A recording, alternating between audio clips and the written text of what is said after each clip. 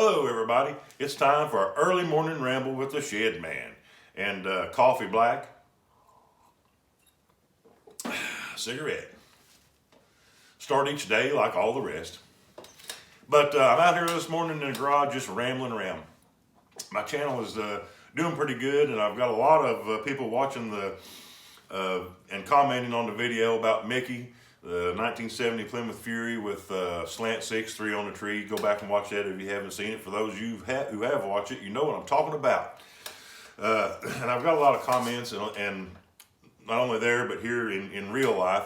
Everybody says, man, just go down to the junkyard and get a Slant Six and stick it in there.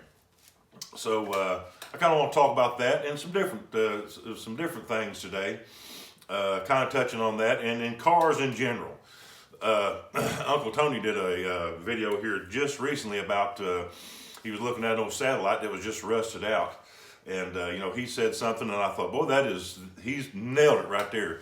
The rust and the rubber and all this stuff, what the deal is, and he said it.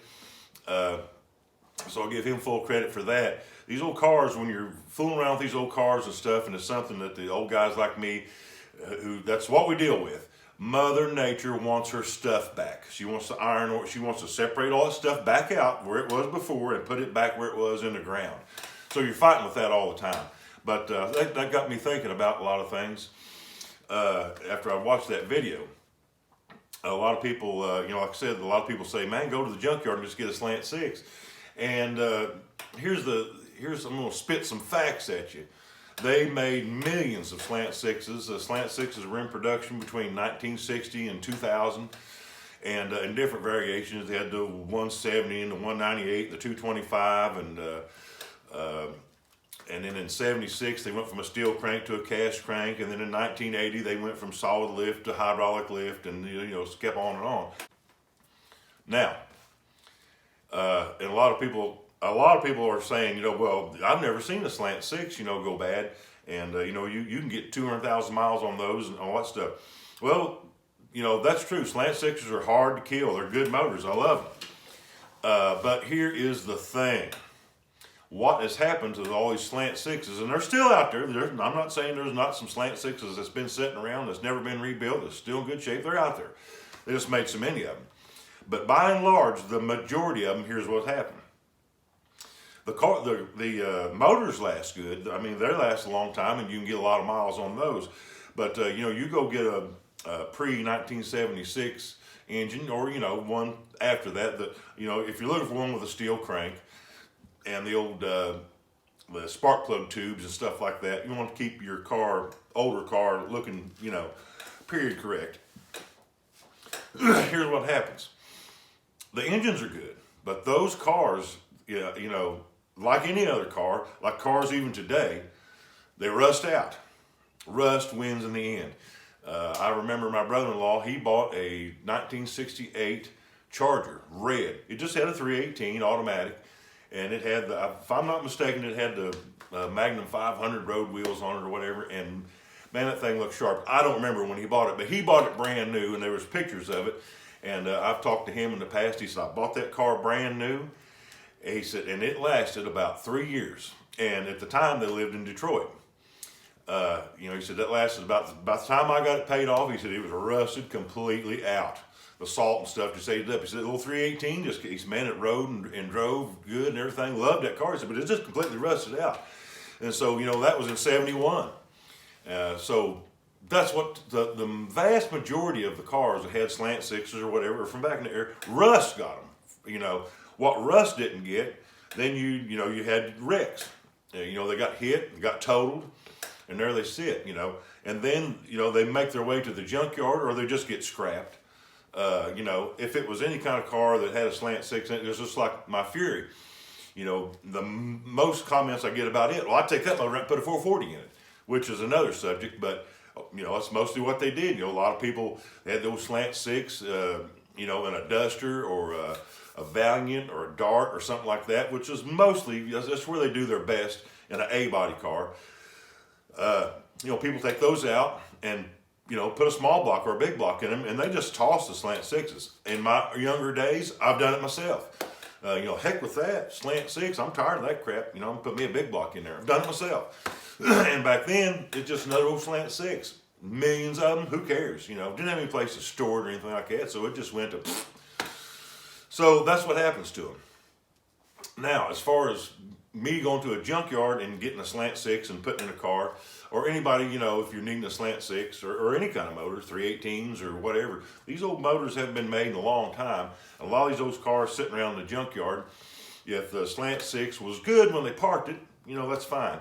But what happens is they sit around in the junkyard. The engineers didn't make these engines.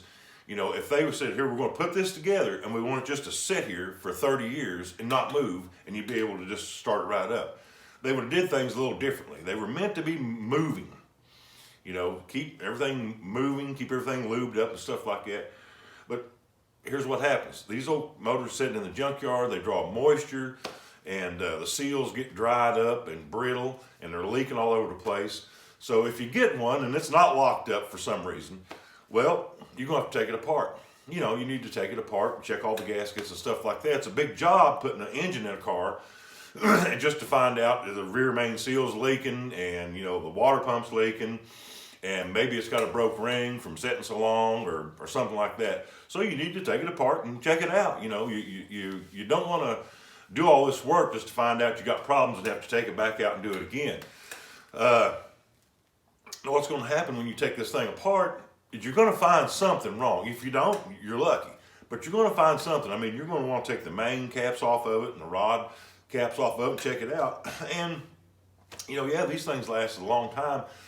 But, they probably got 60, 70, 80,000 miles on them. If you get one out of a junkyard, it's going to have some wear to it. While you've got it apart, and while you've got the, main cap bearing off there and all that stuff, you're going to say, that's got a little bit of wear to it. I might as, while I'm down here this far, I might as well do that. And that snowballs. And so and I've done many motors like that. I'm going to freshen this up. Well, really, they get down there, really, they get to micing the cylinders. They say, well, it's all right. It'll probably clean up, but, there we go, 30 over. Well, you just put them old cast pistons back, it just snowballs. So you end up with that, it gets expensive. So, what I'm trying to say is the days of getting these used motors are just about over with. They're not as not as frequently as it was in the past. I've been doing this since the 80s. That you can go down here to the junkyard and get one. Well, we'll start it up, see if it runs. Sometimes you can. I'm not saying it's impossible. I'm just saying more likely than not, you're going to have to do a little bit of work to it. So there you are on that. Another comment I've got, I want to touch on this. In one of those videos, I said, let's crank the harmonic balancer, which actually, I don't think it's a balancer. I think it's a dampener. There's no balancer on a steel crank. It's just a dampener. So to all people's harmonic balancer, there's that. Everybody says, well, there's not a bolt in the slant. They don't have a bolt in the slant six. I know that. I'll tell you something else I know. If I'm walking down the fence line out here on the farm and I see an old wooden fence post, and I look on top of that fence post and there's a box turtle sitting on top of that fence post, I can tell you exactly how it got there. You know how that is? Somebody put it there. Okay, I know these slant sixes didn't come with a bolt in there, but they are threaded, and somebody put one in this one because it was locked up to try to turn it and broke it off in there. So there's that. I just wanted to say that to some of these people. And I'm not being, I'm just throwing that out there. That's how a bolt got broke off in that crank. It was been locked up, and years ago somebody tried to get it unlocked and it wasn't happening. So, and they broke the bolt off in it. They probably got one out of a 318 or something. I think it's the same thing. And but anyway, yeah, there's that. Rust wins in the end, man. That's the big fight with these cars. Other people who, if you're getting into restoring cars and you don't know a whole lot about it, man, the main thing you want to look for when you're looking at one of these old cars is rust. The engines, that's no big deal, really. You can still get, if you have to, you can still find, big blocks, small blocks, slant sixes, whatever you're looking for. You still can find cores and have those rebuilt. And it's tough. I mean, it's expensive and but it's not, it's all just, it's an engine right here. It's all right here, and you can really focus in there and get intense and attack that and have you a motor or transmission. It's still a lot of aftermarket support for that stuff. But some of these, like the Mopars, if it's a B body, like a Roadrunner or something like that, they make some panels for it, but you don't want to get into a bunch of body work.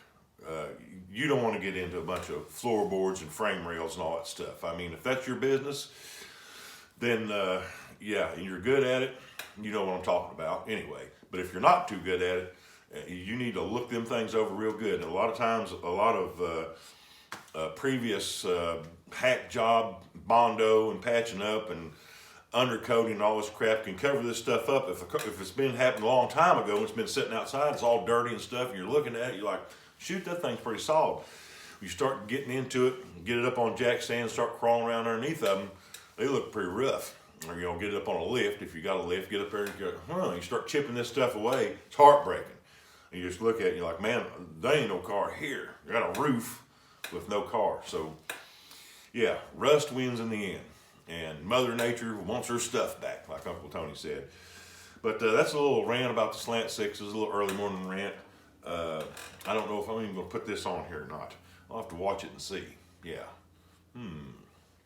But anyway, thanks to my new subscribers and everybody for commenting.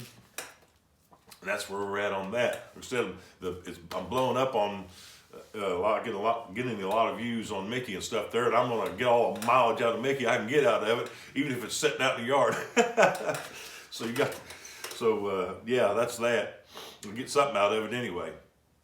And I've got it for sale on eBay right now. I got one guy offered to bring a match up. Me and him got a little tay there. He made me an offer on it, and I said, well, hold on here a minute.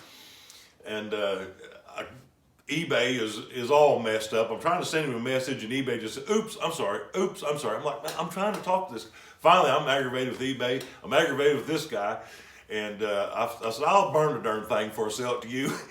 He said, well, good. He said, let me know when you're going to do it, and I'll bring the match down there, and we'll burn that piece of crap. And so far, that's been my best offer. I got offered a match.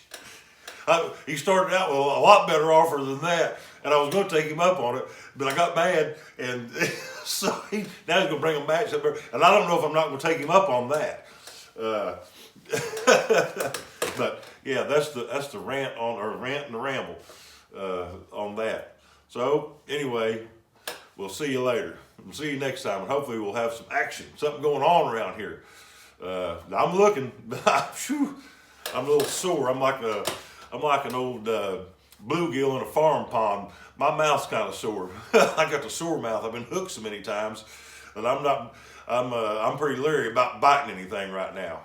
So we'll see you next time.